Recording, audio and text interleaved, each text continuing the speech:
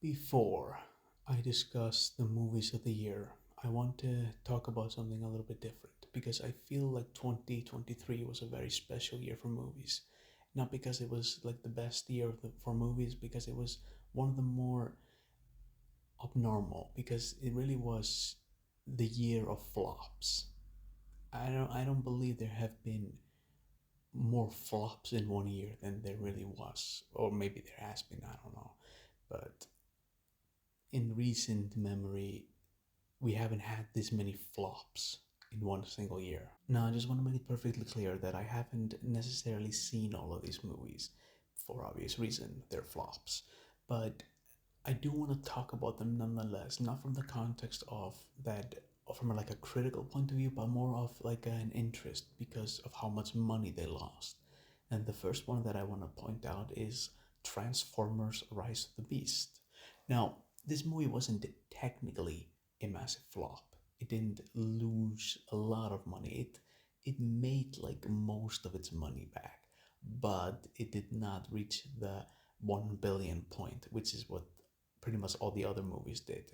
The first one made like 600 millions, and then the second one was like 800 millions, and from that on, they all made like a billion. But yeah, making this one the lowest grossing one. Next up is the Little Mermaid movie, the remake, and this movie, same thing with Transformers. It barely scrounged up its budget, but it's not counting marketing, so it probably lost some money. But Disney will just blame it on haters and bigots, not because the movie was just shit. Wish is another massive flop for Disney, costing over 200 million and basically making not even making its budget back. So it cost Disney around $100 million. But I have heard that a lot of people didn't like it, but I didn't see it for obvious reasons. Renfield with Nick Cage and that guy that was in the X-Men movies. I don't remember his name. He was in The Menu and he was pretty good in that one. But Renfield was both a massive critical and financial flop, losing roughly like 70 million or something. But who cares? It was a shit movie apparently. I didn't watch it. The D&D movie lost roughly 90 million, but I heard some people did like it. It wasn't apparently wasn't a piece of shit, but I didn't see it. Indiana Jones and the Dial of Destiny. This is a movie that I saw, but not in the theater, obviously. This is another $100 million flop for Disney, and well, I'll talk more about the movie later when I actually come to it.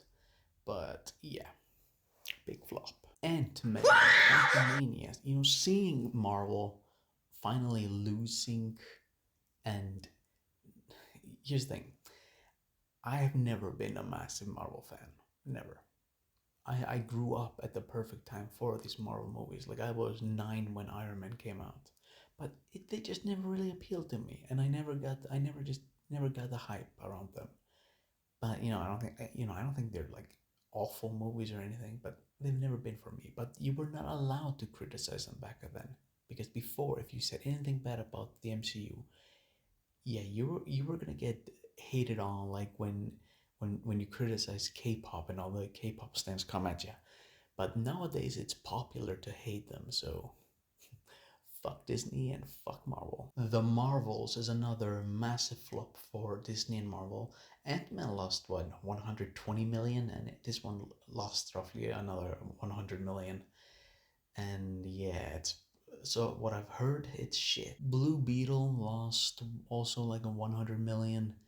I had completely forgotten this movie even came out. Shazam! Fury of the Gods lost 150 millions. Turns out when you tell all the fans that you are rebooting the universe, it basically basically makes the movies pointless. It makes people lose interest in them and don't want to see it. The Haunted Mansion. This is like I think it's a reboot of that Eddie Murphy movie from the 2000s, which is based on like a theme park ride.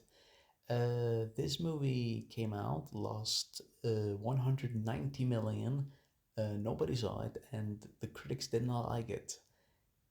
And this is another case of a movie where I completely forgot it even existed. And the biggest flop of the year was obviously The Flash, losing roughly 200 million. What a shit show. That is a movie that I have seen, but not in the cinema. Duh. But I really want to know, how much money did DC pay people like Stephen King, Hideo Kojima? Like, how much money did they pay them for them to say that The Flash was the greatest movie ever made? They were saying like it's the greatest superhero movie since The Dark Knight. Like, wow. How much did they pay you? I really want to know. I used to respect Kojima as a film fan, but I've kind of lost all respect for him after that, because that was a stupid take. And that does it for the flops of the year. Now let's get into the actual video, the movies, the TV shows, and also the video games of 2023. Oh, well, you know what I played and watched, not like all of it, but just my this is just my personal opinions. See you in the next one.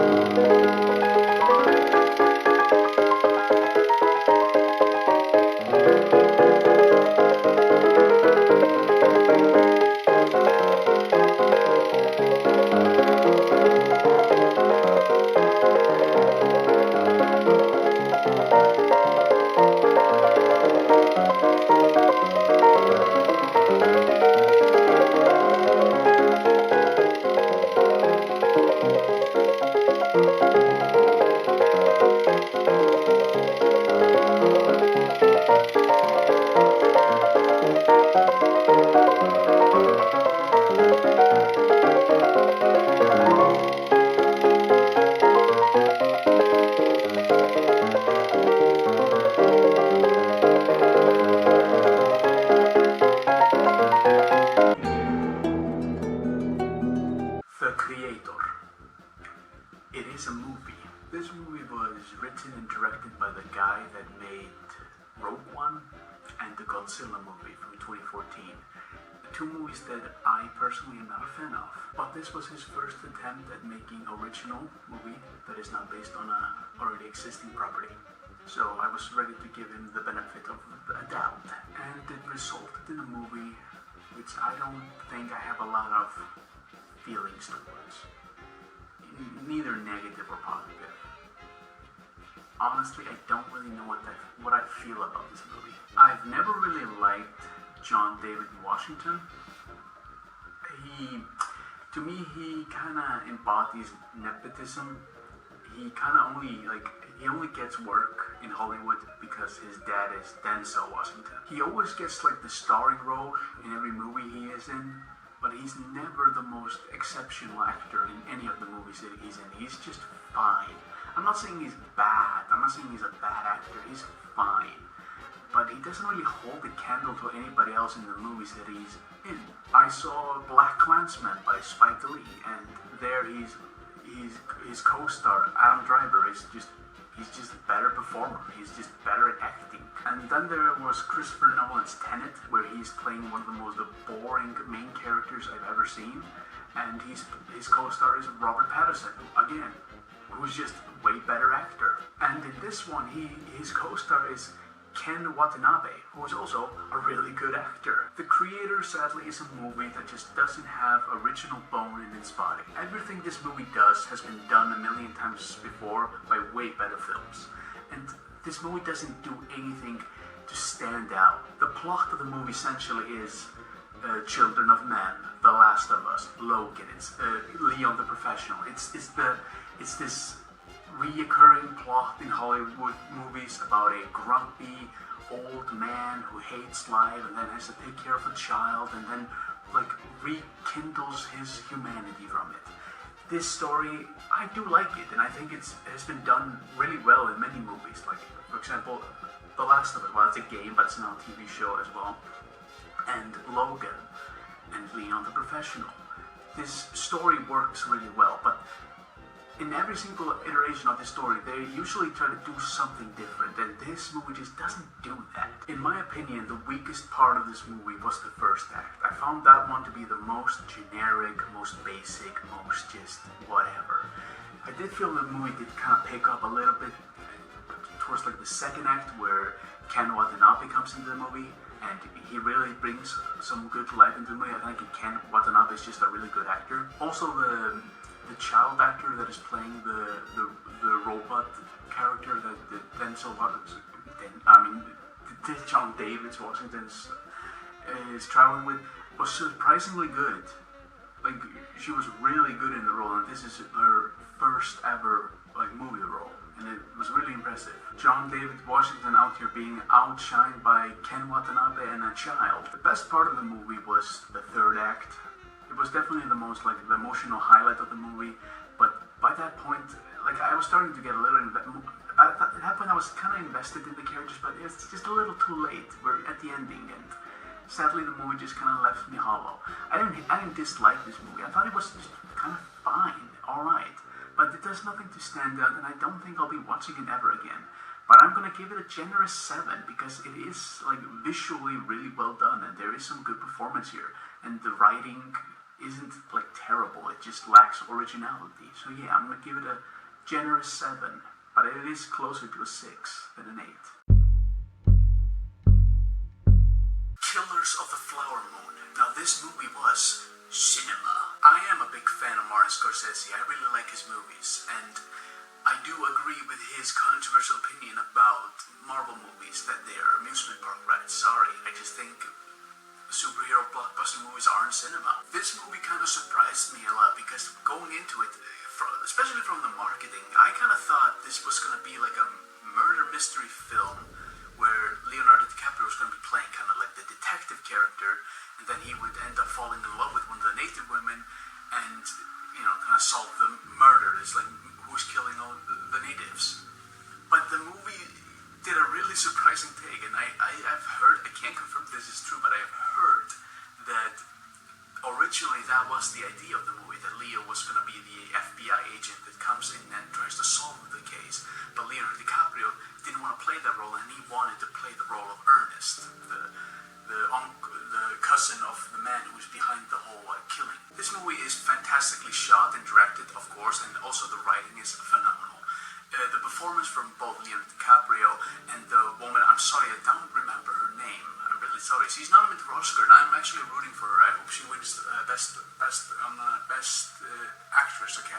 and wins the best actress award. I hope she does. Robert De Niro as William Hale King was phenomenal. I thought it was excellent. The score was really good. It was strangely just simple. Like, the music is simple, but it's effective. It really worked well for the movie. Doing a movie that really highlights the brutality of how the white man treated the natives, it really comes like full. It really is shown in detail here, and you really see the heinousness and the evilness of these men. Like, these natives have found oil, and all these like white rats just come there to gnaw at them and kill them, to take their money, take the oil money. Killers of the Flower Moon is an excellent film. I really liked it, and I'm giving it a really hard and solid 8 out of 10. And I am definitely rooting for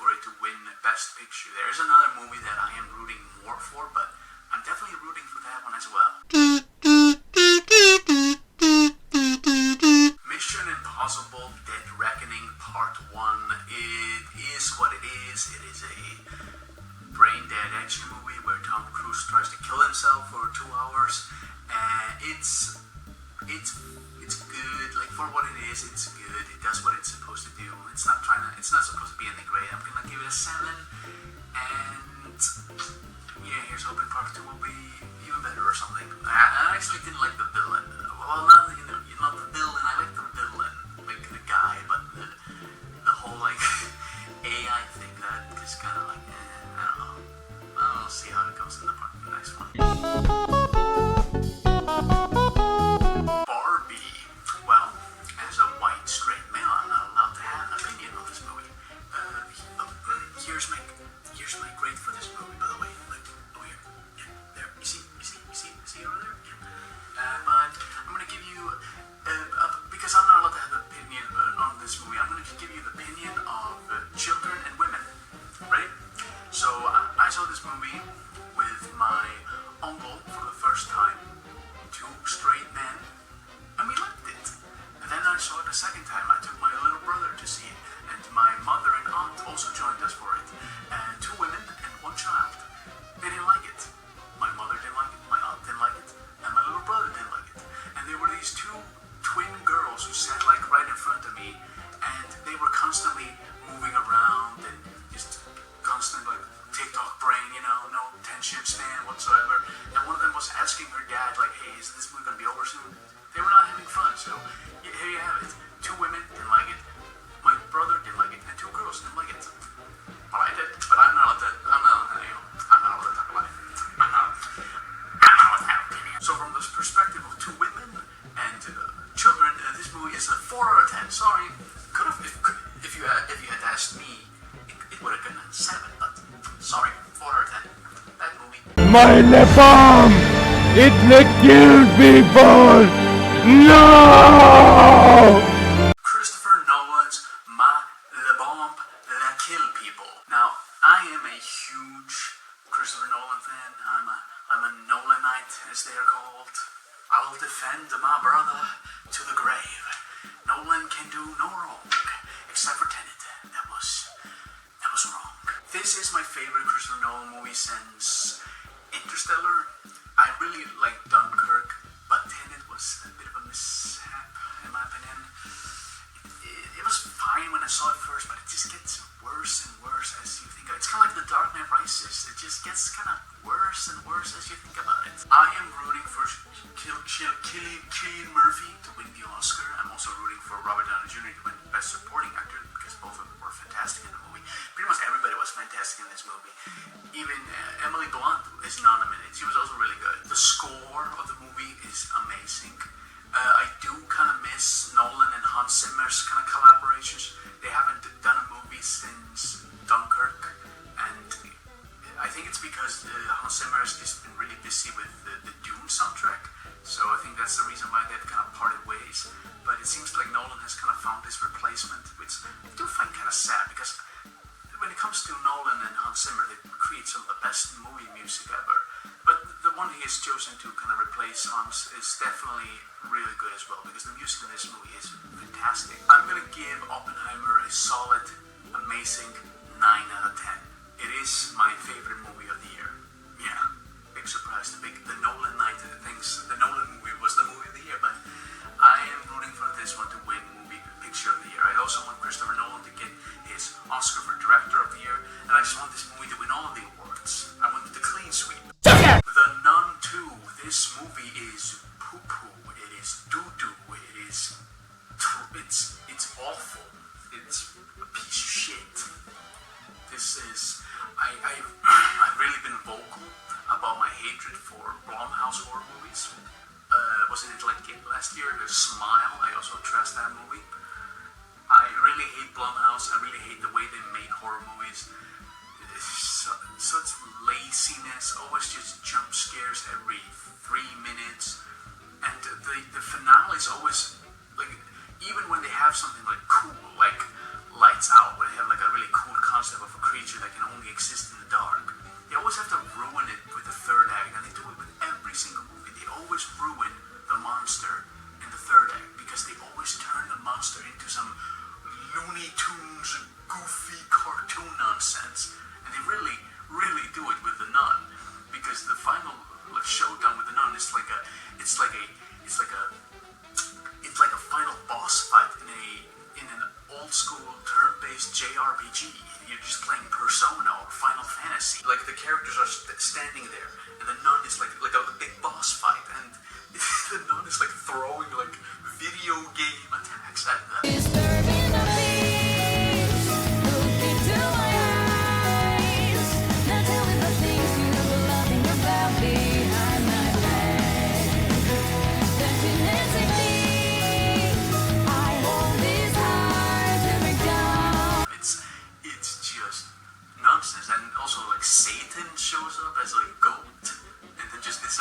because what?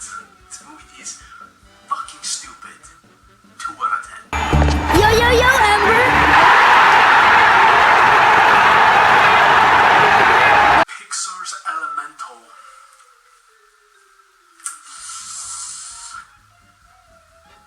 I believe Pixar's golden age really ended with their movie Toy Story 3 from 2010. That was like an end. It was an ending for the studio. And ever since then, I've always thought Pixar has just been getting worse and worse and worse and worse and worse. And yeah, for every like one decent movie, like a good movie, they would always just come out with like 3 kind of mediocre, but they're starting to become like just straight up bad at points. Well, Elemental isn't like a horrible movie or anything, but it just lacks. It lacks anything. It's such a bland, mediocre, nothing movie. There is nothing interesting about this movie. There's nothing challenging. There's nothing. It's so blah. That's why I'm giving it a 5 out of 10. Forgettable, blah, nothing movie. Not even the legendary Claude could save it. Hello, Cindy. Who is this? It's me, Bobby. You know, your boyfriend. Thanksgiving is an Elliot Roth movie, so you can expect a lot of gore and violence, and yes, this movie has plenty of it. It's a classic slasher movie, kind of like Scream, and I Know What You Did last Halloween, and Halloween. Just, you know, there's a guy wearing a mask, and then they have your high school cast, and they're all being killed one after another, and then the blonde one, of course, survived. Was she blonde? I don't remember. Whatever. It's just a classic slasher movie, but in like more of a modern time. It wasn't great. It was okay. Ups and downs. 6 out of 10. Good heavens, a murder? Well, apart from this sullen wench murdering good etiquette. Ow! The Haunting in Venice might live on in infamy for me, because when I saw the trailer for this movie in the cinema and Kenneth Branagh was shown, there was some guy behind me that he literally just called out, like in a really loud voice over the entire hall, Kenneth freaking Branagh! And it was hilarious. It was like it was like he was watching a Marvel movie. Kenneth freaking Branagh! But this movie, sadly, I will forget, because holy shit, it's boring. I haven't seen any of Kenneth Branagh's movies based on Agatha Christie's novels. Murder on the Orient Express, Murder on the Nile. I haven't seen any of them, but they all got kind of like a mediocre review, so I just kind of ignored them. And I wasn't really planning on seeing this movie, but I just happened to see it, and it was so boring. This movie is so dull. And I can imagine Murder on the Orient Express and Murder on the Nile is the same. It's just dull, boring, nothing movies. Like, what happened to Kenneth freaking Branagh? I mean, he made Hamlet. So what happened?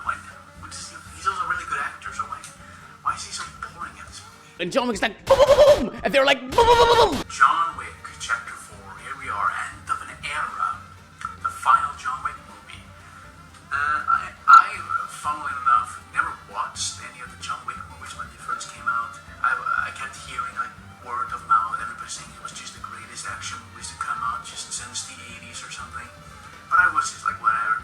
But then the hype was really big with the third one, and I ended up watching the third one. I had not seen the first or the second, I just watched the third one, and I was just like, oh shit, these are pretty good. So I watched the first one and the second one, and now I saw the fourth one, and it's kind of hard to really give these movies like a critical review, because, you know, it's just fun action nonsense, and it's more about the stunt. It's more about just the creativity, how they use the weapons and stuff like that, and it is excellent. The choreography, the cinematography, the way they shoot the action is amazing. The action itself, like the stunts and stuff like that, all phenomenal. And that's really the best I can really say about the movie. Is the movie phenomenally written? Not really. It's fine. It's decent. Does the movie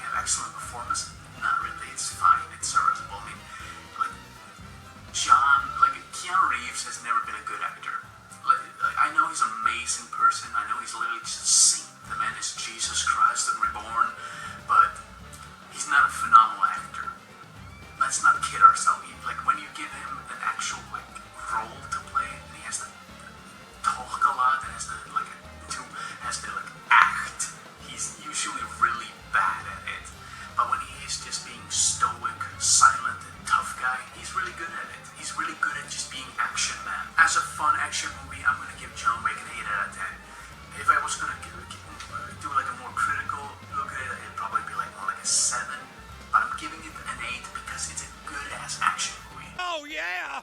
Scissor me, Xerxes! Poor Things. Now, I had never seen any other movie by this director. My brother has kind of been nagging at me to watch The Lobster, but I just kind of went, nah, I don't want to see that.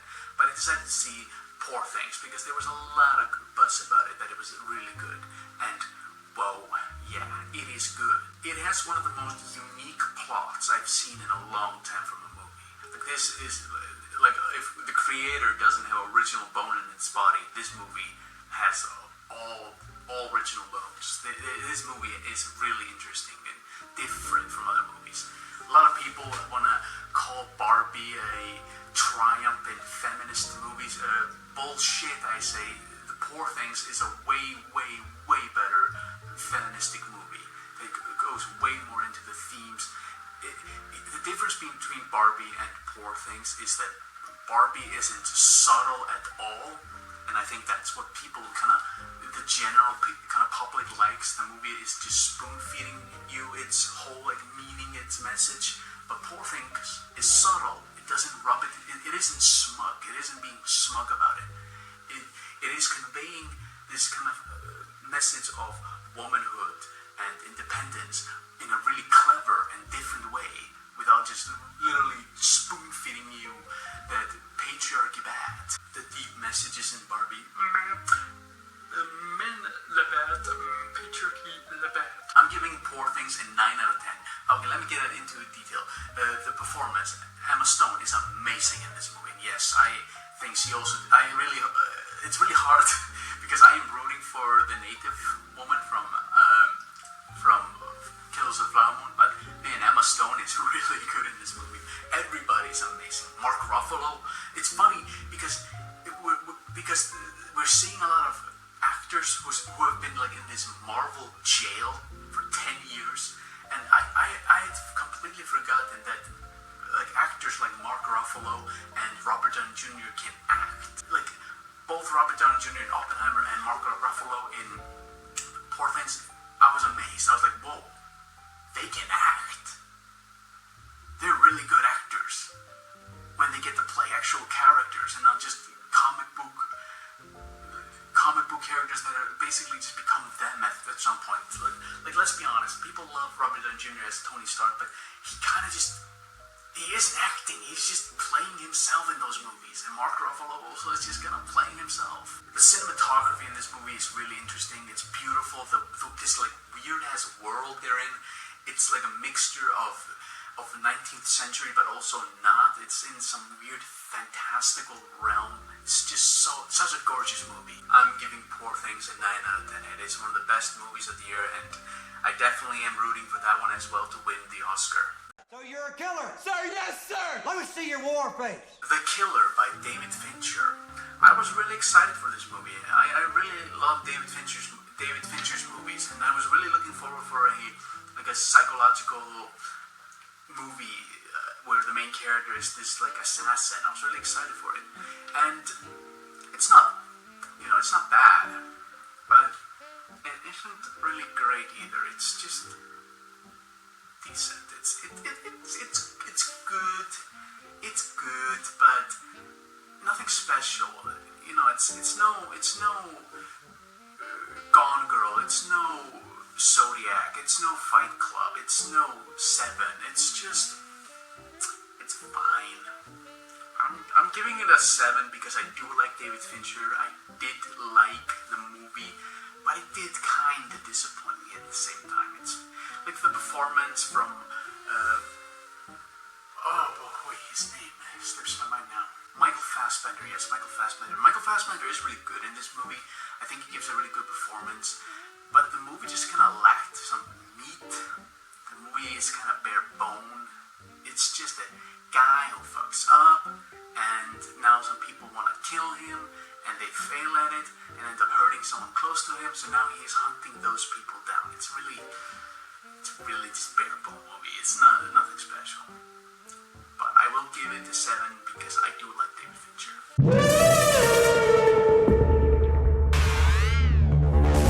Spider-Man Across the Spider-Verse. When it comes to my favorite movies, top 3 of the year, I I would say Oppenheimer, Poor Things, and Spider-Man. Those are my three favorite movies of the year. I really loved Into the Spider-Verse when it came out. It blew my freaking mind when it came out. It was an evolution in animation. You have the original format, 2D, and then 3D came along, and now you have this kind of like this Frankenstein combine of the both styles, and it's amazing. And I really like how the studios like Sony and DreamWorks are picking up this kind of style and going along with it while Disney drowns. Across the Spider-Verse did something that I thought was not possible. It was better. And if it's probably going to be a while till we get the next one, but if the next one is also phenomenal, blows it out of the park, I will most likely give all three movies a 10 out of 10 combined and call it one of the greatest, or not the greatest movie trilogy of all time, because a lot of movies, like Lord of the Rings, of course, but like it's like the Dark Knight trilogy, like Batman Begins, amazing, Dark Knight, amazing, Dark Knight Rises, it's not terrible, but it's just, but this is a trilogy that just, first movie, amazing, fantastic, it can't get anything better, like it can't get better, but it does, it got better. What about the third movie? Is it going to get better? Don't know, but if it does, it's going to be the greatest movie trilogy of all time, and I'm going to give all of them a 10 out of 10, because the first movie I gave a 9, this one I'm also giving a 9, and if the third one also gets a 9, it's going to be one big 10 for them. The animation in this movie is breathtaking, it's gorgeous, the amount of style, and the music, holy, the music is so good in this movie, the amount of themes, every single character has their own like theme, and they all kind of, they mishmash them, they create different version of them using different tunes. It's amazing, it's phenomenal. The writing is also really good, the story is interesting. I really like how just tiny subtle little detail from the first movie are coming back, like for example, like in the first movie when the spider came and like bit him, remember in the first movie the spider glitched. It was just like a tiny little detail, but it comes back in this movie, and I found that just amazing. A tiny little subtle detail came back and actually mattered. The Spider-Verse movies have really changed the game when it comes to animation, and I am so happy because Disney is drowning finally, yes!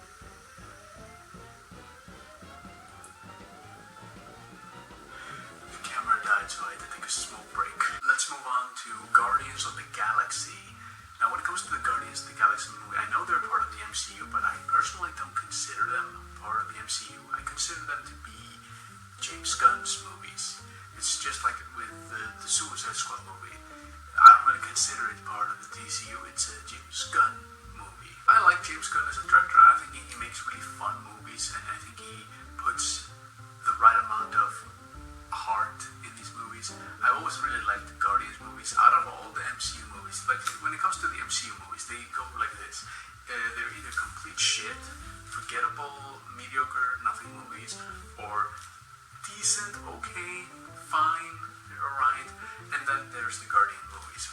It's just the only ones that I consider to be actual good movies. This third movie really felt like a finale. It really tied everything together into a neat little knot, and it was just a really beautiful story. It was a good story, the writing was good, the characters funny as always. The world that the Guardians inhabit is always, I've always found that way more interesting than the MCU or like the Avengers stuff, which is set on Earth. When you go into the space and you see all these like cool space worlds, it's awesome. I like it. I'm giving Guardians Volume 3 an 8 out of 10 because it's just a really good finale to this 3-movie trilogy that James Gunn gave us. Thank you, James Gunn.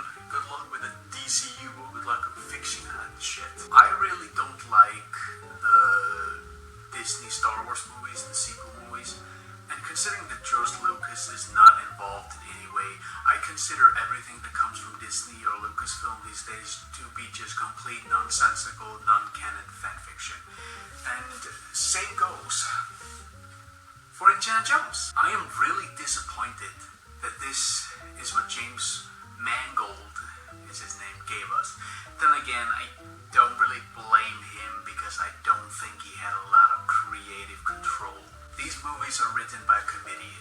It's Kathleen Kennedy and her like writing club or writing group or whatever. They're the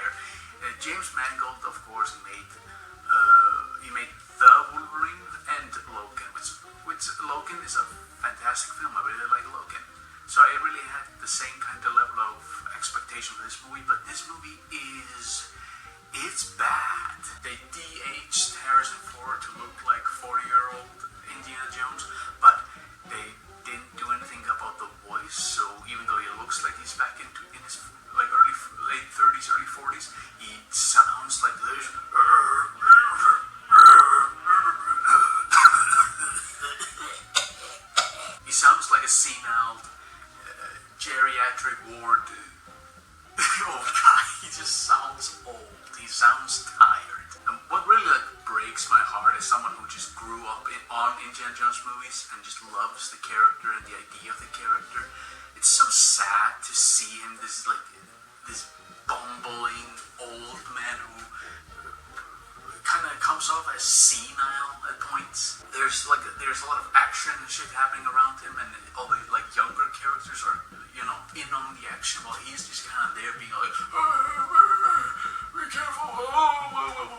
He's just acting like a bumbling old guy. Indy's granddaughter, something. What's his name? No, not granddaughter. Grandfather, whatever. She was awful. She was so unlikable, and all she did was betray Indy and just always leave him and shit like that. It was just really unlikable character. And the villain, especially like the secondary villain who was in the Logan movie, he did nothing but pull his gun out and do nothing. He was always just pulling his gun out and did nothing. I did like Matt Mikkelsen, but come on, it's Matt Mikkelsen. Matt Mikkelsen is kind of like Willem Dafoe. Willem Dafoe and Matt Mikkelsen, they could be in the biggest dog shit movie ever, but they would still be the best part. They just have this super charisma.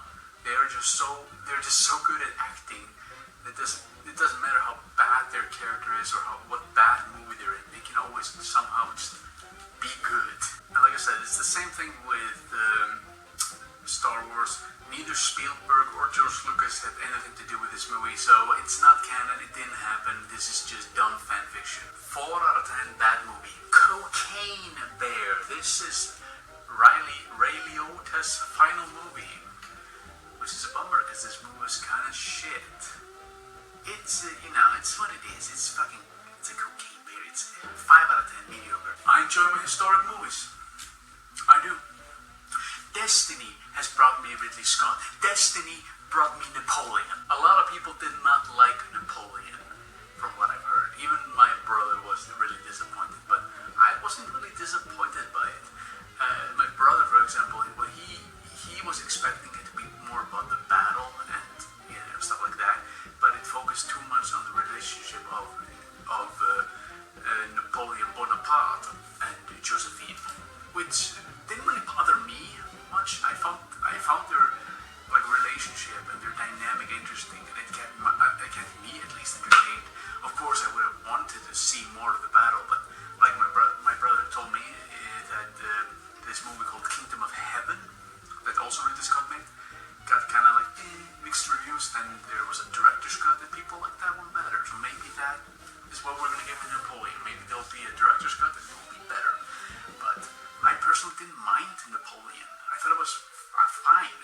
It's no greatest movie ever, but I thought it was fine. I thought Joaquin Phoenix did a good job as Napoleon. It did kind of bother me that he didn't have a French accent. Like, I can understand why he doesn't speak French, but he straight up just had an American accent in the movie. Everybody had an American accent. At least do a little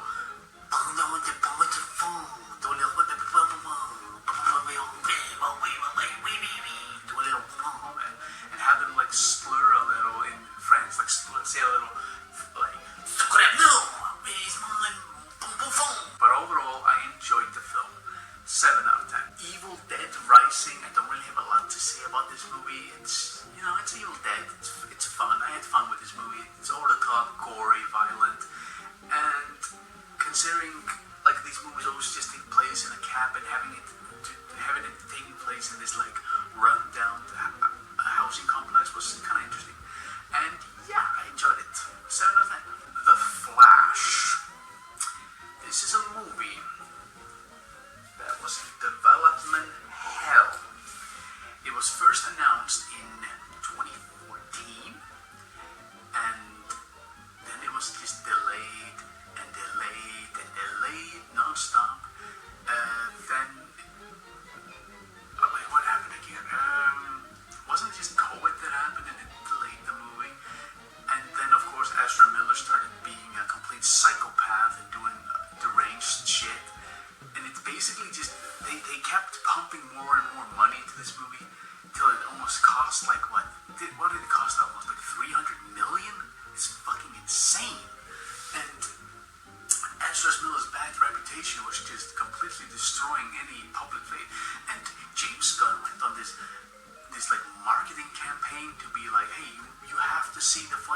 Why? Why do we need to see The Flash, James Gunn? It's because I'm rebooting the DCU, and you have to see The Flash because that is where it begins. Bullshit. Liar. You lie, James Gunn. That is not what happened. He was making it out to be that seeing Flash was mandatory if you wanted to follow along with the new DCU. Bullshit. It's a lie. And all those fake reviews from famous people like Stephen King and Hideo Kojima being like, oh, greatest movie since The Dark Knight, greatest superhero movie of all time. Martin Scorsese said it. It's cinema. They tried so hard to convince people to see this movie. And oh boy, it failed spectacularly because this was the biggest flop of the year, costing DC like 200 million. But the whole flop and behind the scene nonsense, how is the actual movie? Well, it's god-awful dog shit. This movie looks like a PlayStation 1 video game. The cutscenes look like a PlayStation 2 cutscene. It looks so bad. And people have been drawing comparison with the new Godzilla movie. I haven't seen that one. It's not on the list. I haven't seen it, but I kind of want to check it out at some point. But people have been drawing comparison that movie cost 10 million and it looks amazing. And then you have The Flash, which cost 300 million and looks like dog shit. It's loosely based on Flashpoint, which is one of the better Flash stories out there. It does this thing where it has two Barrys, or we have two Ezra Millers being super annoying at each other. And this movie, man, they shoved Michael Keaton all over the fucking. I can guarantee you, originally they wanted Michael Keaton to be secret. They wanted you to be secret. They wanted to do like a Spider-Man No Way Home, like a holy shit, Tobey Maguire's in the movie. They wanted that, but because the buzz around the movie was so bad, and they just had to be like Michael Keaton is in this movie. Michael Keaton is in this movie. Batman is in this movie. Please go and see it, please. Michael Keaton is just there. It's just a fucking fan service bait. It's so stupid. The Flash is travesty. 3 out of 10, awful movie. Super Mario. It was okay. I had fun with it. 6 out of 10. But aren't you gonna talk about Jack Black as Bowser, the song Peaches? Yeah, it's fine. It's fine. I've heard better from Jack Black, but it's enjoyable song, I guess. But what about Chris Pratt as Mario? I don't really like him as Mario. He's just doing Chris Pratt. And Seth Rogen as Donkey Kong. Kind of the perfect reaction to that casting list is Donkey's, video game Donkey's reaction when they what was it again? Chris Pratt is Mario. He's so cool. And Seth Rogen is Donkey Kong. 6 out of 10. It's one of the better Illumination movies. Nimona. This is also a movie that I wasn't planning to watch and just saw by coincidence. It's a Netflix animated movie, original, and I did remember hearing about this movie, and I believe there was some trouble behind the development, but yeah, Nimona was a surprise. I actually enjoyed the movie. It had a fun concept, it had a likable cast of characters. It doesn't really break any new ground in storytelling. When it comes to the story, it's pretty simple, it's pretty straightforward for a family picture. But one of the things I will praise this movie is how that the main character of the film is a homosexual, and he is in a relationship with another homosexual, and it's highlighted. It's part of the story. It's not just in the background that can be cut for China. Disney. The main character being a homosexual is a center point of the story, and his relationship with his gay lover is a central point. Never seen that in an animated film before. It was a surprise. I'm giving Nimona a 7 out of 10. Enjoyable movie. Peter Pan and Wendy. You all know I fucking despise Disney. Hate them, hate them, hate them. This movie is doo-doo. It's poo-poo.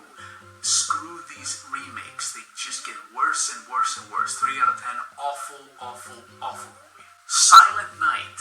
It's a new movie by director John Woo. Yeah, John Woo. He used to make action movies back in the 90s. Face Off and Arrow.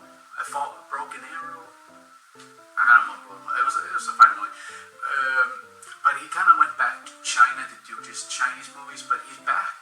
He's back to America with his new movie Silent Night, and this is just a, John Woo action movie. It's, for what it is, it's good. 6 out of 10. I enjoyed it.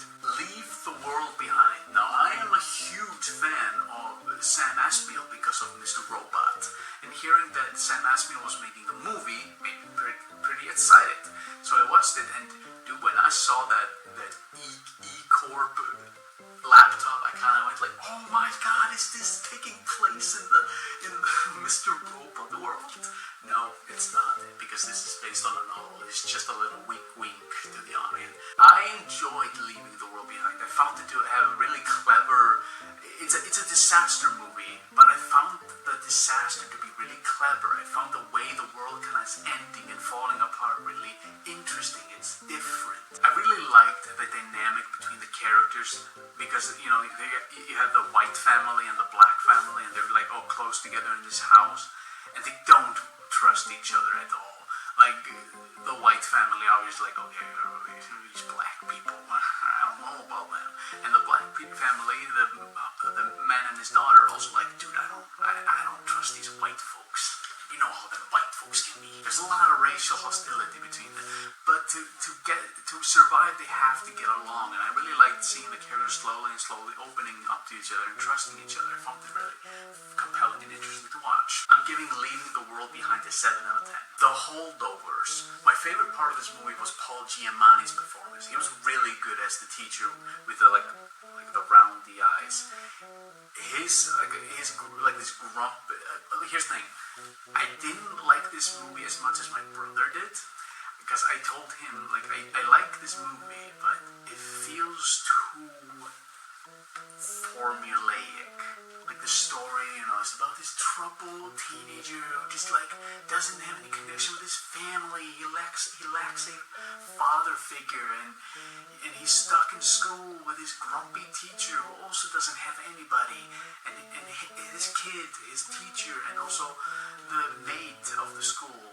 They all hang out together and kind of become this a little family between them. And also the teacher, who's always strict and grumpy and always follow the rules, ends up breaking the rules to protect the boy. I felt it was just too formulaic. Again, it's not bad at all. This movie is good, but it was too conventional. It was too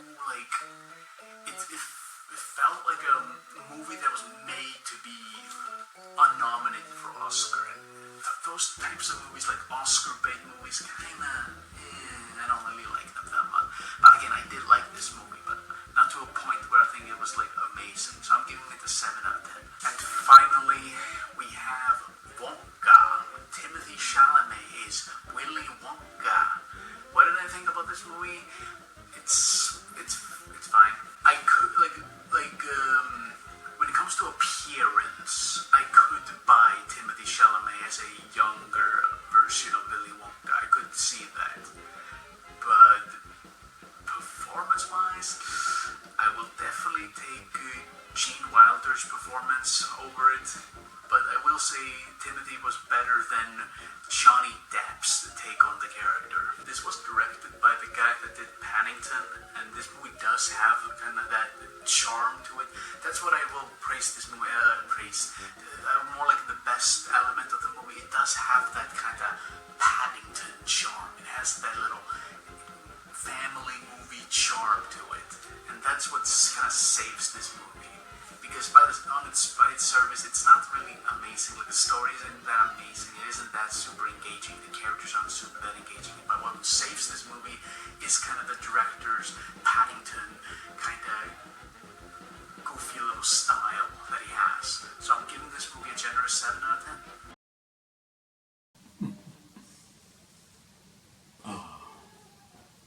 Oh, hello there. Please excuse my very, very informal appearance, please. I had no time to get ready because, look at my hair, look at my sleep-deprived eyes. I've stayed awake all night just reading literature. truly literature is the best of the best.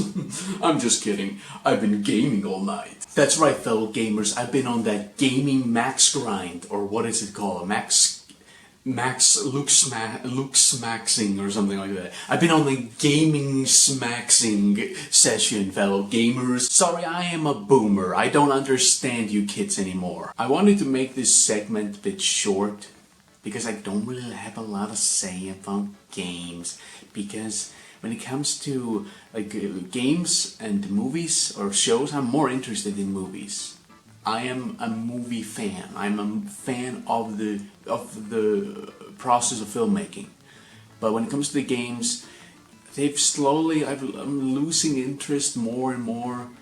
I'm not really excited for a lot of games that are coming out. Well, GTA 6, I'm really excited for GTA 6, but that's because I've been waiting like 10 years for it. But other than that, there's really nothing else I'm waiting for. And when it comes to what they play, I'm slowly just kind of getting into that kind of comfort zone where I just kind of, I know what kind of games I like and I just play them.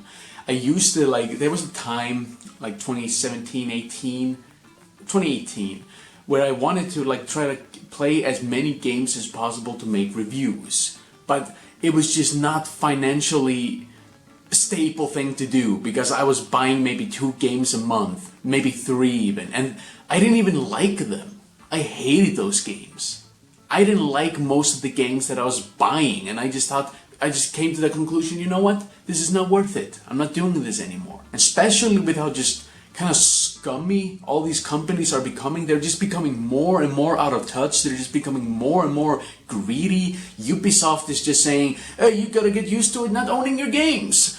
We can take your games away from you anytime we want, and you can't do anything about it, sucker. Rockstar is talking about that they want to charge you per hour. Oh, our game is over 100 hours long. You gotta pay us 100 for standard edition, $100. There is just a constant growing disconnect between the consumer and the fucking creators. They're not creators. They aren't even the developers. These are just the producers, the businessmen, the suits, the corbos. You got guys like, what's his name?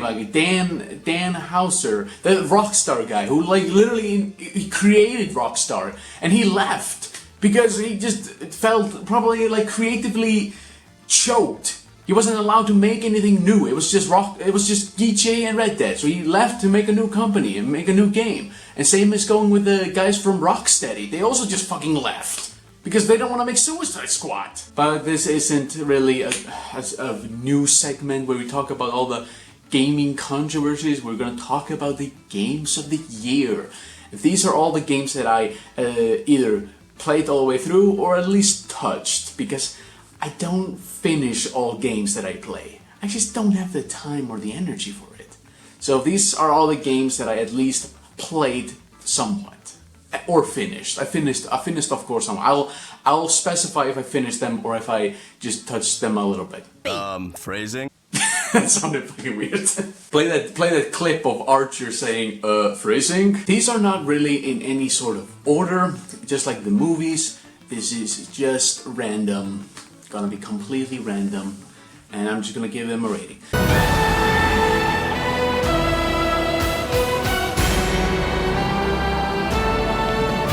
So we're gonna start out with Legend of Zelda: Tears of the Kingdom, the long-awaited sequel to Breath of the Wild. Now, I really loved Breath of the Wild. Breath of the Wild was really blew my mind. It was great. It is the first Zelda game that I've ever played, and I was genuinely surprised by it. The exploration is amazing. The openness of the world was really surprising. I've rarely played an open world game that has allowed such freedom, where the whole premise of the game is literally just, hey, you need to go and defeat that bad guy, but otherwise you can just do whatever the hell you want in any order you want. You don't even have to go straight away. Go and beat the guy. Go right there. He's right there. Go and beat him. You don't have to do it right now. You can play for 100 hours before you go and beat him. But you can go and beat him. You can literally go and just beat him if you want. So you can bet I was kind of excited for the long-awaited sequel, and it came out. I got it. I played it, and it was I don't know what to say about this game. Yes, it improves on literally everything from the first game. It enhances the exploration even more. It gives you so many things, so many new ways to explore the world. It's fantastic. This game is fantastic. It's amazing. If this was my first Zelda, I would probably have loved it. If this Tears of the Kingdom was my first, if I had not played Breath of the Wild and this was my first, I would have probably loved this game and played it to death. But the problem is, I played Breath of the Wild and I just felt that Tears of the Kingdom was just too similar. It definitely was better, it was enhancer, but this is the problem that I kind of have with a lot of sequels that are coming out. This problem is going to come up quite a bit. I don't feel that games are evolving that much. Whenever there's a sequel, it doesn't feel like a sequel, it feels like an expansion. It feels like an update to the first game. And that's what I felt about Ragnarok, God of War Ragnarok. Again, no shade on the game, it's a good game, but I felt it was just too similar to 2018. And I really liked 2018 God of War. But when it came to, that's what kind of left me kind of a bit spiteful and a bit bitter towards Ragnarok. It just felt too similar.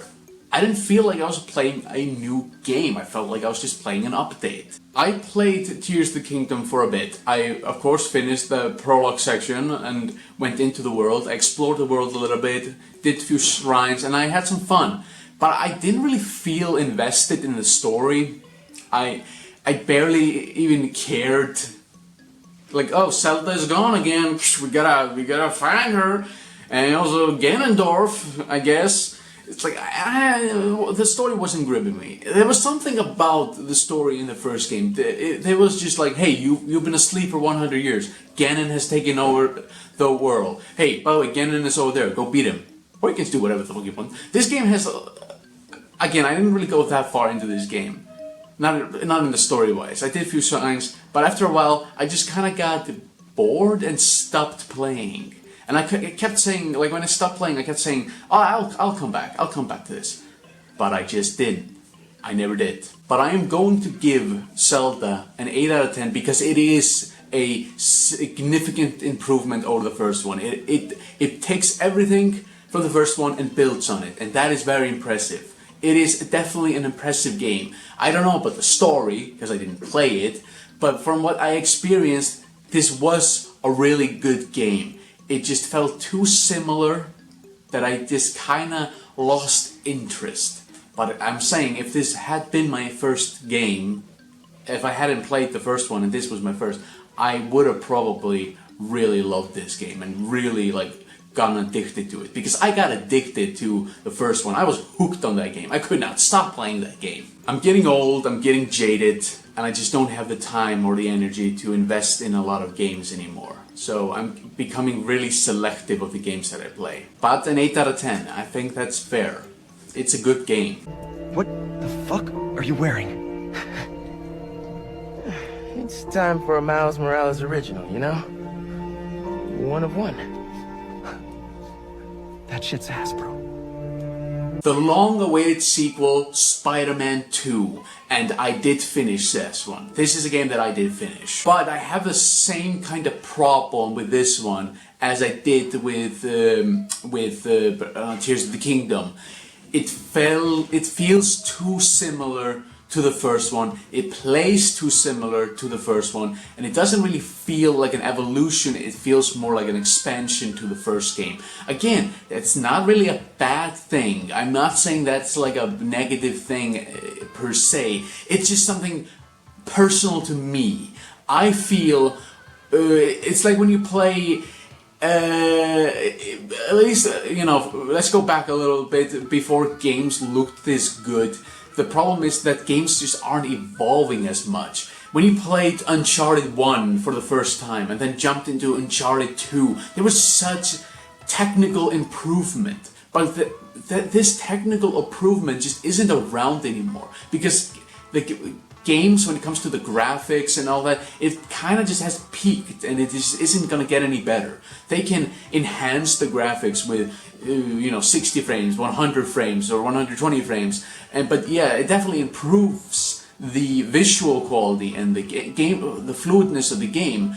But by all, like, they all kind of look the same, these games. When it comes to the way, the graphics, they just kind of look the same. There's not a lot of graphical improvement, because graphics just kind of has peaked. And also when it comes to like the combat or the mission designs or the way the mission plays out, they're really similar. They haven't really evolved. They're the same. Again, it's not a bad thing, because the mission design in the first game was good. I didn't mind it. It was good. It was good design, and it's still good here. But I want something different. This is just my personal opinion. I want something new. But okay, let's get into the positive, because I did actually like this game. I know I sound really negative, but I am just pointing out little nitpicks. It's because in actuality, I did like this game. Visually, this game is stunning. The way the loading, you can, I've never seen this, blew my mind. When you could just go into the map, there's no like fast travel points. You just point to whatever point you want to go, and you can fast travel there. I was just like, what? You can do that? That's impressive. But what kind of also disappointed me was the story. It's not that the story is really awful or anything or bad. It just is literally the same story from the first game. In the first game, you're playing as Peter Parker. The things are kind of like, not really looking good. But you have this there's this guy who becomes, you have a mentor character, or like someone who's like your best friend, and they're like doing some science project, and you're like, oh, I'm gonna help you do the science project, because this science project has the potential of like saving the world.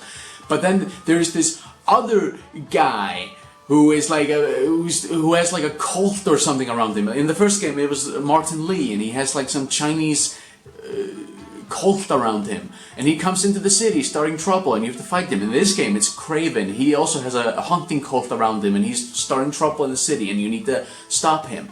And then when you're done stopping him, your science friend, in this case in the sequel Harry, and in the first one it was Otto Octavius, they go cuckoo and go a little crazy with a science experiment and become bad guys, and you have to stop them.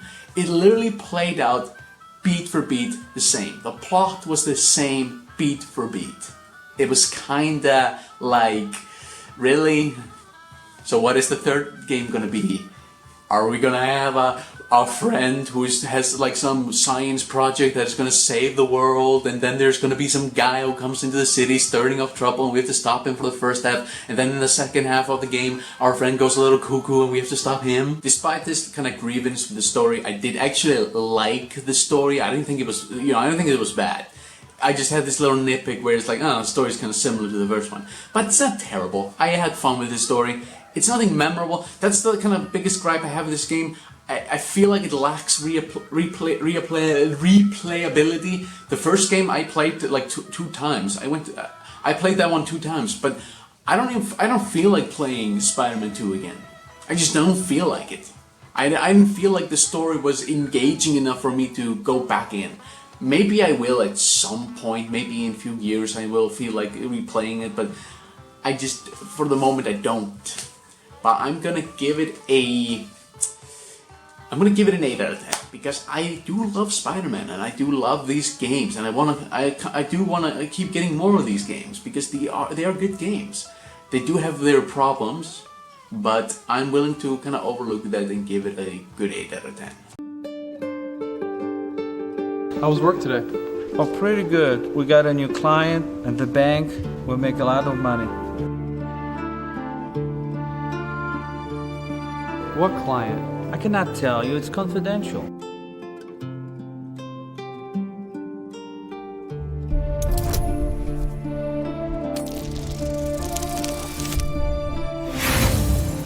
Oh, come on, why not? No, I can't. Anyway, how is your sex life? Baldur's Gate 3. Okay, now we're getting into something. I'm gonna be a bit controversial. Baldur's Gate sucks. It's overrated. It is dog shit. It is the most pretentious piece of shit game that I've ever seen. Game Awards should be snubbed. This game should have gotten a Razzie for worst game of the year. I'm kidding. Chill. I'm joking. I don't mean that. When it comes to these kind of tabletop style RPGs, I am not a huge fan of it. I do remember when I was younger, my mother brought this kind of like watered down, kind of really like bare bone version of D&D, and me and my brothers, we created characters and we played this like kind of really basic dungeon, and we had a lot of fun. It was kind of fun. I'm not gonna lie, it was fun. But I didn't feel going back into it. It was fun in the moment, but when it came to like, hey, let's do it again, I just, nah, I didn't feel like it. And that's kind of what happened with Baldur's Gate. I went into it and was like, whoa, this game is good. Because when it comes to this kind of style of game where the camera like points up and you're like looking at the character from like kind of this point of view, I know you can like make the camera go down and turn it into third person, I know. But these kind of like camera on top kind of like table style RPG games have never been my thing. I've never been interested in these games. They've never interested me. But everybody was talking about this one. It was the most best one ever created. It made everybody, all the other tabletop style RPG games look like dog shit in comparison. But I didn't care. I know that I don't really like these types of games, so I just didn't touch this game. But the curiosity got to my brother and he ended up buying it. And because we share our games through the PlayStation Share feature, I was able to play the game. So I decided, fine, considering it's here, I'll play it. And I played it, the first mission, and I was actually blown away. The music was amazing. The character interactions and the character designs and the way the characters are written was really engaging. And this like spaceship you're in, really cool. And then you crash and you're in this like kind of like well, the ship is like a tutorial, but the open world that you get into after is also a bit of like a tutorial to kind of teach you on the world. I played it for a little bit while, then I stopped playing, and I just didn't go back into the game. It's the same with the Dungeons & Dragons experience. I had fun while playing it, but I just didn't want to go back into it. I don't know why. I just don't feel motivated to do it. Now, don't take this as that I'm saying Baldur's Gate is overrated or it's shit. I'm not saying that. I'm not saying the game didn't deserve to win Game of the Year. I'm not saying any of that. If you genuinely feel this game is a masterpiece, revolution in gaming, it's gonna push everybody to do better, that's great. I am not disagreeing with that. But the problem is these types of games just don't really appeal to me. Not a shade on the game, it's just me. I am the problem. It isn't you, Baldur's Gate 3, it's me. But for what little I played, I'm still gonna give it an 8 out of 10 because I did have a lot of fun with it. I did enjoy this game. And this is genuinely the first like tabletop camera on top style RPG that I've ever enjoyed. So good job, Baldur's Gate. You actually made me invested or have fun with these types of game. Not too long term, but you did at least entertain me. Well, first thing I noticed is he's not wearing a poncho. Cameron! Right. Star Wars Jedi Survivor was a bit of a letdown, a bit of a disappointment. It ran like shit when it came out. It ran like absolute shit, and it was not fun. This game also kind of suffers from the sequel syndrome that I've been talking about, that the game kind of takes everything the first game did, it does build on it, it does improve the kind of core gameplay of the first game, but it does very, very little to evolve it. The modern gaming sequel, we don't evolve our games, we just improve them. The story felt a little undercooked. I feel like they're probably like holding off the real story for like a third game if they're going for like a trilogy. Then I feel like the third one is definitely gonna kind of go full into the story, and this one felt like more like a filler. Like, you know, you have the first game, the story there is pretty engaging, pretty good, but then this one comes in and it feels more like a little like a little filler content just to like kind of set up the third game, to set up like the finale, you know. I don't really care much for the villains, the fallen Jedi who just wanted Tanalorr. Tanalorr is mine! Tanalorr is mine, Cal! No, Cal, you can't have Tanalorr! It's mine! I don't think this game is like bad. It ran like shit on opening, but it did get patched up, and now it's apparently running just fine. But it was a letdown, but not to a point where I hated it. So I'm giving it like I'm gonna give it a generous 7 out of 10 because I did kind of like the surprising twist with Bode. I liked Bode. I thought like Bode and his whole like thing was kind of the funny thing is, here's the funny shit. When Bode, again, I had no idea. I had no spoilers, no nothing. I had nothing. I did not know what was gonna happen. But when Bode was introduced, he gave me kind of this kind of feeling. Okay, spoiler warning, please skip if you don't want to be spoiled. When Bode first arrived in the story, he gave me traitor vibes. He gave me actual traitor vibes, and I thought to myself, okay, you're. I don't know. I don't trust you, man. You're kind of giving me the traitor vibes. I think you're gonna betray us later in the story. But as the story went on, I really started to like Bode. He was really just a chill ass guy. And this like suspicion, this suspicion that I had of him in the beginning slowly started to fade away. I began to trust him. I began to think, oh, maybe he's not gonna betray us. Maybe he's just a genuinely great guy. And then boom, he betrays us. And I was just, what? I suspected him as a traitor in the beginning, but then he gained my trust and he fucking stabbed me in the back. An even bigger surprise that he is a Jedi as well. He is also a survivor. That was cool. I really liked that. As soon as the whole Tanalorr bullshit was over, the story actually became engaging. It became good. But it was just a little too late because it's literally the final chapter of the game. I just take a coffee break. I haven't slept for like 20 hours. Of course! Street Fighter 6 was a bit of a disappointment to me. It's not because the game necessarily is bad. I'm not saying that. I am convinced that it's a really good fighting game for people who are into fighting games, but unfortunately I'm not really into fighting games. I've tried a few of them, Mortal Kombat, Tekken, and Street Fighter, but I've never really got into them. But I'm always trying to, I'm trying sometimes to get into it, but I don't know. Maybe it's just not for me. But by no means is it a bad game. It's just not for me. So a 7 out of 10. 7 out of 10, yes. I think that's fair. Because it's not a bad game. It's just not for me. My writing had become a reality. My ridiculous fanfiction of Sam Lake and the entire cast of Alan Wake 2 dancing to Herald of Darkness on the Game Awards stage became reality. Alan Wake 2 was probably my favorite game of the year. It was between that and one more game. I'll talk about that one later. Those two were like my favorite, and Alan Wake was definitely a favorite. I don't really know which one of them is my favorite, but definitely those two are my favorite. Now, I'm not really super familiar with Sam Lake's work because most of his early works was all on the Xbox. Like Alan Wake was an exclusive for Xbox 360, and that other game that he made, was it Quantum Break? With the weird game that kind of tried to be like a video game and a HBO TV show. Those were all like Xbox exclusives. Recently his games have been coming out on the PlayStation, and the first kind of game that I at least played from Sam Lake, I haven't played the Mad Max Payne games, I haven't played those, but the first one that I played was Control, and that was also one of my favorite games of the year. I loved Control. I was blown away by the visual style. That's what I really like about Sam Lake's game. He may not have like the best stories. He can be a bit of a David Cage kind of guy.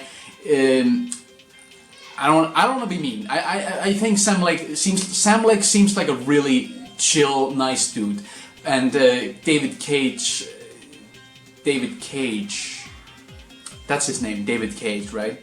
The French guy from Quantum Dream that did Heavy Rain and Beyond Two Souls and Detroit Become Human.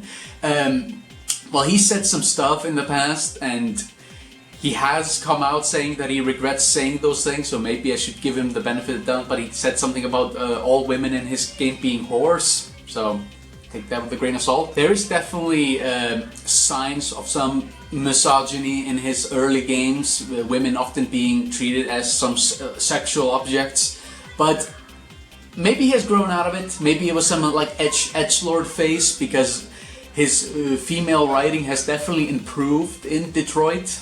There's definitely way less objectification. So I'm just gonna consider that David Cage has grown out of his frat boy, edgelord personality and has just matured. So, you know, I'm not gonna shit too much on him. But I would say that Sam Lake and David Cage are kind of like in the same lane.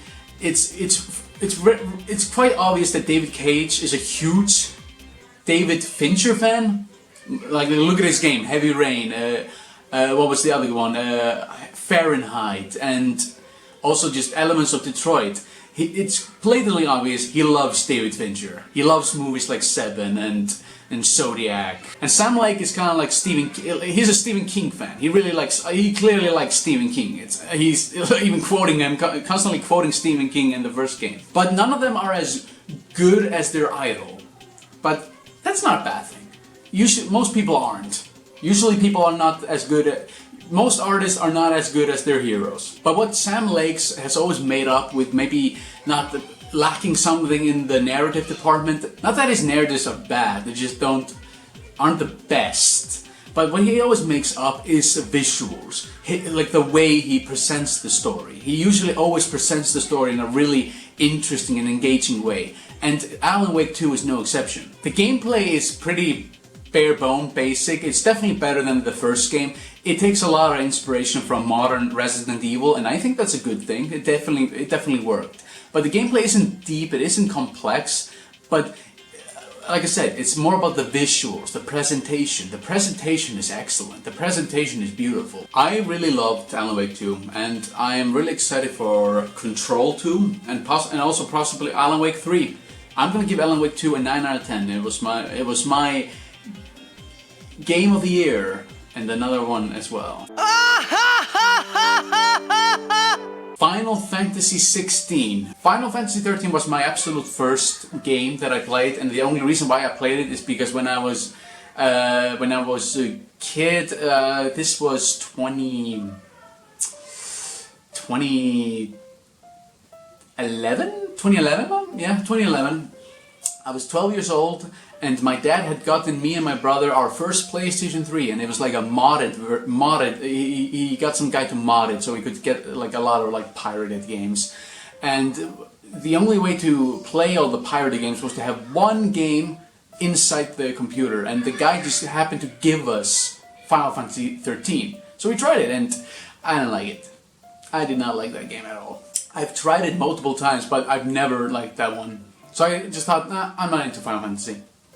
Then Final Fantasy 15 came along, and I tried that one, and I really enjoyed that one. I really liked it. I thought, oh shit, I like this. This is good. And then the remakes, Final Fantasy 7 remake came in. I freaking loved it. I loved it. It was peak. Loved it. A lot of flaws. There's a lot of flaws with that game, but I love it. I love it regardless. So yeah, you can bet I was kind of excited for Final Fantasy 16, but I was a bit disappointed. Unlike my brother, who apparently actually liked it. He doesn't like any of the other games, but he liked 16.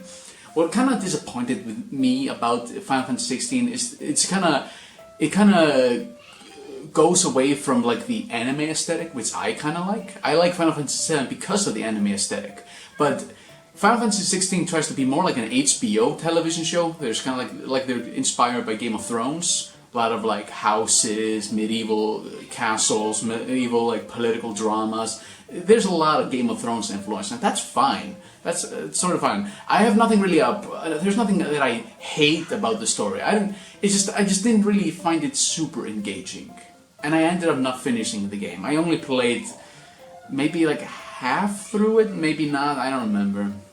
But I gave up on it. So I'm giving it a 7 out of 10. It's just like Dark Souls!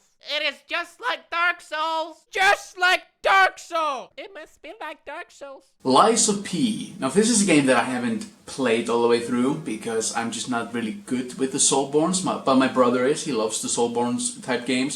And I tried this one and I did find it quite impressive. I was actually impressed by this game. Considering it's not from Software, it's really good. But again, I didn't go far into it. I just played a little bit and then, get stuck because, again, I have no skill. I have absolutely no skill in this game. I am more for, like, cinematic comfort games. Those are more for me. But I'm gonna give it a 7 out of 10. Even though I didn't really go far into it, I was really impressed by it. Hey Joe, you wanna play a zombie game? Jesus Christ, how many fucking zombie games you buying, Joe? Resident Evil 4 Remake. This is my second one. This is my other favorite of the year. I loved this game. It absolutely blew me away. And I really loved Resident Evil 2 Remake. I thought it was amazing. It went back to that classic survival horror element of the Resident Evil series that 7 went back to. Because they all went into that kind of action Michael Bay nonsense with the number 6 game, and then they went back to the basics with 7. And I really liked 7. And it made me really happy to get a remake of the second one. And really going back to the classics of that survival horror. Resident Evil 4 is also where the kind of action element comes, but it doesn't ruin it. It really... Resident Evil 4 is like a perfect mix of that survival horror and that action element that later took over. Neither two really are overbearing or take away from the other. They are a real nice complement to each other. I've never really liked Leon, but my experience with Leon were mostly through the weird CG movies where he was just kind of like an edgelord. But I really liked Leon in this game. He was genuinely really cool. I also like what they did with Ashley, making her an actual character instead of just some damsel in distress that screams, "Leon! Leon, help me!" They made her into an actual character whom you grown to care about and want to keep safe, instead of just being a nuisance, like, oh, okay, Ashley, guess I have to save you again. Ugh. The best thing you can do when you are doing kind of escort things in games, or I have to have a companion with you, the best thing, especially when you have to keep them safe, is to make them likable and make you want to keep them safe. If they're just an annoying nuisance, you'd rather just want them to die. I'm giving Resident Evil 4 Remake a 9 out of 10. I really, really loved it. Well, I thought I'd apparate in for the weekend. Welcome the newbies. Feels like just yesterday I was here. You were here yesterday. And the day before. Which is odd considering you graduated 10 years ago. Yes. Oh boy, here we are. The big, a big one. Probably the most controversial game of 2023. It was so controversial that the Game Awards were too scared to even include it. It's Hogwarts Legacy. Now, I am a huge Harry Potter fan. I grew up on the movies, and when I was in my teens, I started reading the books, and I absolutely loved the books. And yeah, I still today, I am a big fan of Harry Potter. I wouldn't consider myself to be some Potterhead nutcase, but I am a genuine Harry Potter fan. I really like Harry Potter, the world, and all that kind of stuff. But I will state, I do not agree with J.K. Rowling. I do not stand by her opinions. And yeah, that's all you need to say. Why is it such a big deal to play a video game that is made by people, including trans people, that have nothing to do with her? That is what I don't understand. The game has nothing to do with her. You can say oh, she's making money off the game. She gets a percentage. She gets percentage of everything. Every time there is a movie is shown, one of the movies is shown, she gets a percentage. Every time a book is sold, she gets a percentage. Every time someone goes to Universal, even if you're not going to go on the Harry Potter rides, she will get a percentage. She gets a percentage of everything. Did you know if you buy a Nintendo game, or any Nintendo product, she gets a percentage. So this whole, let's boycott this game so JK doesn't get any money, is pointless. The Hogwarts Legacy game is not her main revenue. And this whole thing just led to a bunch of toxic people virtue signaling as some noble heroes of social justice, just bullying and harassing people and doxing people. Now with that controversy out of the way, let's talk about the game. It's fine. It's okay. It lives and dies on the Harry Potter IP. If you remove the Harry Potter IP, if this was not a Harry Potter game and it was just a standalone open world RPG, this would be the most bland, boring game ever. what really keeps this game alive is the fact that you're in Hogwarts, that you can go to Hogsmeade, that you can go to the Forbidden Forest. That's what keeps this game alive. The castle is fantastic, and if you are a Harry Potter fan like myself, it is a wet dream to get to walk around in there. I was absolutely mesmerized the first few hours just walking around the castle. But as I went on and on and on in the game, and I got to like the end game of the game, where you're just, the story is done and you're just doing a little side thing, you really start to notice like, ooh, this game is really bare bone and basic and kind of just mediocre. Once that Harry Potter magic has kind of withered away, it becomes really monotonous. And I'm pretty sure they're gonna do another one, because this game sold.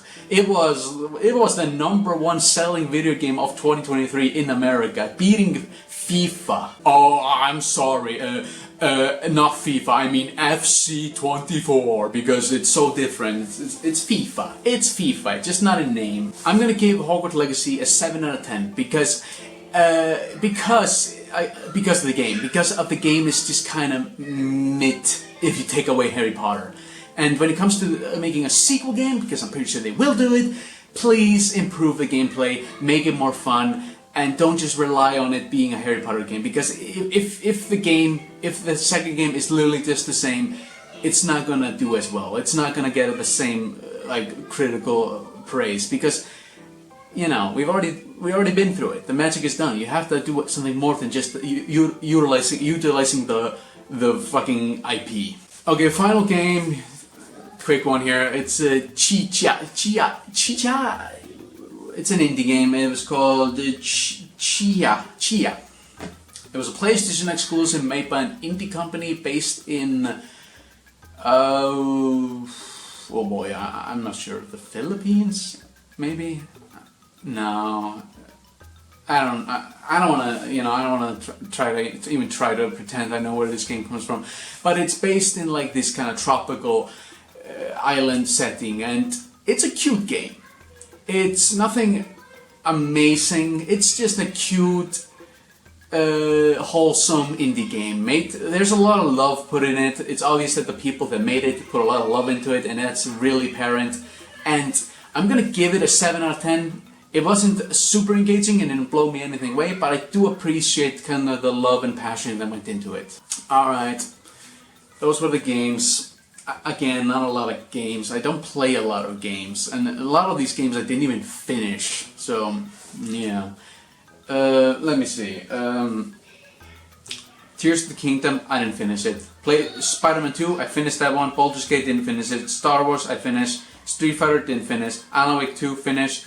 Final Fantasy 16 didn't finish, Let's P didn't finish, Resident Evil 4 finished, Hogwarts Legacy finished, and Tia didn't finish. 6 of these games I didn't finish. So out of these 11 games, I only finished 5, and I didn't finish the other 6. So kind of shows that I just don't really play video games that much, and not as much as I used to. It has really become like it used to be a big hobby of mine, but it has kind of just become this like kind of thing that I do because I used to do it, but I just don't really put a lot of time and effort into it as I used to. I'm more interested in watching movies because I'm currently a university student studying film theory because I want to be a filmmaker. So yeah, film and writing my books and stuff like that. That's more something I'm more interested in nowadays. All right, let's segue now into the TV shows, which will be the final segment of this video. Let's segment, but it won't be here. It will be in a different location. Yeah, I'm I'm doing multi-film viewing here. Considering that I rambled a lot during the gaming, I'm gonna make this actually quick. So here are the shows. Undead Unlock was a new show that aired this year. I haven't finished it, I'm still watching it, but so far it's pretty good, it's pretty unique, and I'm interested to see where it's gonna go, so I'm gonna give it a 7 out of 10. Dark Gathering is a suspenseful horror anime that came out this year, and it kind of gave me a bit of a nostalgic vibe for like the early 2000s. It kind of reminded me of this other show that came out in the 2000s called Ghost Hunt, and it has a lot of atmosphere. I wouldn't really call this a scary show, but then again, most animes aren't really scary, but it does have some suspenseful element and some intrigue, so I'm gonna give it a 7 out of 10. The 100 Girlfriends Who Really Love You is stupid. It's a stupid harem, but I'm giving it a 6 out of 10 because it does kinda make fun of itself. It is a self-aware, more parody or satire of the harem genre, kind of poking fun of the cliches, and that's one of the elements that I am enjoying about it, so I'm going to continue it. So a 6 out of 10. Frieren was the best anime that I saw this year. It's amazing. I haven't finished this. I haven't finished most of them, but I am watching it and it's absolutely amazing. And I'm giving it a 9 out of 10. HBO's The Last of Us. This is a really good adaptation of the video game The Last of Us, which is one of my all-time favorite video games. And it's also just one of the better adaptations of a video game. It's the acting from Pedro Pascal and what's her name again?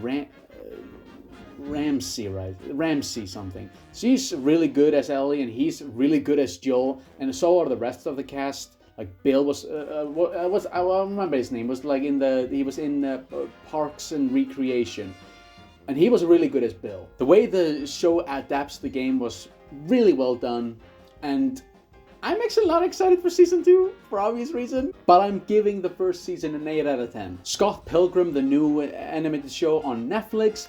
I was a bit disappointed because I was expecting this to be fully based on the comics. I was expecting to see basically the movie again, but more following the comics. But no, it went into a completely different direction, and it wasn't really bad. It was okay.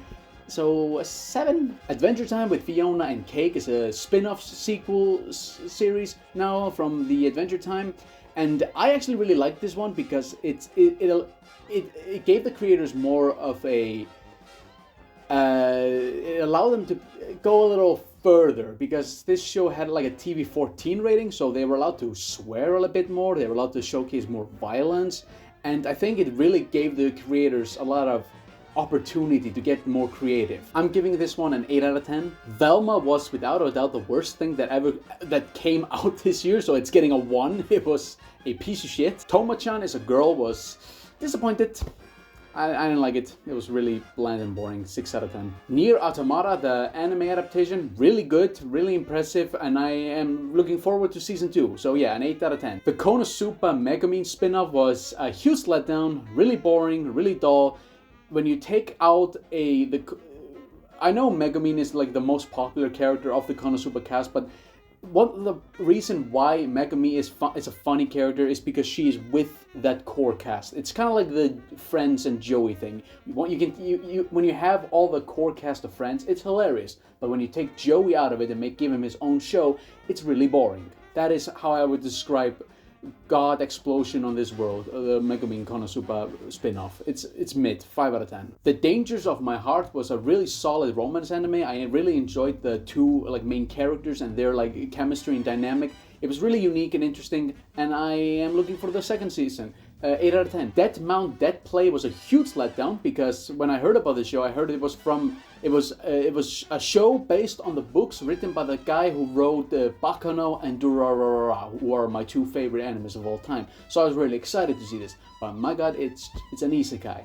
And not just an isekai, it's an ecchi isekai. It's an edgelord isekai. And I turned it off after the first episode and said, fuck this. 4 out of 10. My Clueless First Friend was a really sweet and wholesome romance anime. I really enjoyed it. 7 out of 10. The Sacrificial Princess and the King of Beasts, again another really good romance anime. I highly enjoyed the chemistry between the two main characters. I enjoyed the kind of world, the fantasy setting, and the overall story. An 8 out of 10. Bucket List of the Dead is one of the more fresher, more interesting take on the zombie genre, and I really enjoyed the kind of filmmaking aspect of the show, the way they played around with colors, and also the cinema bar and full screen effect and all that kind of stuff, and really good cast of characters, really good utilizing of music, just a really good standout show, and I think it's the first show that this studio has made, so that's really impressive. 8 out of 10. And finally, My Marriage Story, and this one was Well, it's kind of hard to say this was a letdown because I didn't really have much of an expectation going into this. I went into it and I was really enjoying it for the first half. I enjoyed the chemistry between the two main lead characters. I enjoyed the family drama. I enjoyed this little aspect of supernatural elements. But as soon as we reached the half point, I kind of lost interest and stopped watching. So I'm gonna give it a 7 out of 10 because I did enjoy the second half, but I lost interest at the second. So I dropped it. But I enjoyed the first half. Okay, that was all the shows that I watched. I just wanted to do this one really quick because I was gonna make the video game one quick, but I ended up rambling way too much. So yeah, this is everything that I saw in 2023. If you made it all the way to then, thank you for watching.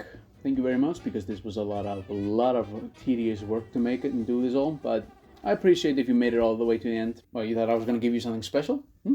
Just because you watched this, what like a 1 hour and a half video? You get nothing! You lose! Good day, sir!